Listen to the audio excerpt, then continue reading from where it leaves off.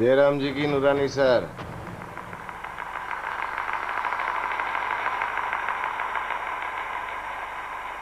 મારે આવું નહોતું પણ વાત ભણસી એટલે મારે આવવું પડ્યું. મારી તપાસ ચાલુ છે સર. કરો, તમે તમારું કામ આરામથી કરો. કાયદાએ એનું કામ કરવું જ જોઈએ. પણ એક વાત યાદ રાખજો, ડોક્ટર દીક્ષિત અમારા ફેમિલી મેમ્બર છે. મારા વાઇફ સાહેબને રાખડી બાંધે છે. કોઈ પુરાવા મળ્યા? પુરાવા શોધવાની મહેનત કરીએ છીએ સર. ત્યાં તમારા જેવા નેતાઓ પ્રજા સેવાનું કામ છોડીને મને મળવા આવી જાય. એટલે શું છે કે મહત્વના કામ રહી જાય છે. છાપાની બોલી બોલવા લાગ્યા છો ઓફિસર.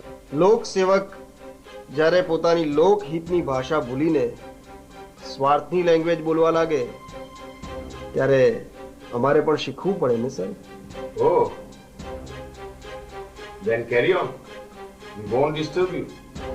પણ એક વાતનું ધ્યાન રાખજો ઓફિસર, ડોક્ટર દીક્ષિત અમારા ખાસ છે. ઉતાવળમાં એવો કોઈ નિર્ણય ના લેવાઈ જાય કે પછી કોમી તોફાનો શાંત કરવા તમારે દોડાદોડી કરવી પડે. પોતાના સ્વાર્થ માટે કાયદાના પાલકને ધમકી. દેશમાં કોમી ના થવા દેવા એ પણ એક મોટી સેવાનું કામ છે. તમે તમારા પ્રમોશનની ચિંતા કરો ઓફિસર. મને મારા દેશની ચિંતા છે સર. You don't worry. એક વણમાંગી સલાહ. દેશનું નુકસાન કરીને વોટ બેંક ખરીદવાનું બંધ કરી દો. બહુ કર્યું. હવે થોડી દેશ સેવા કરો.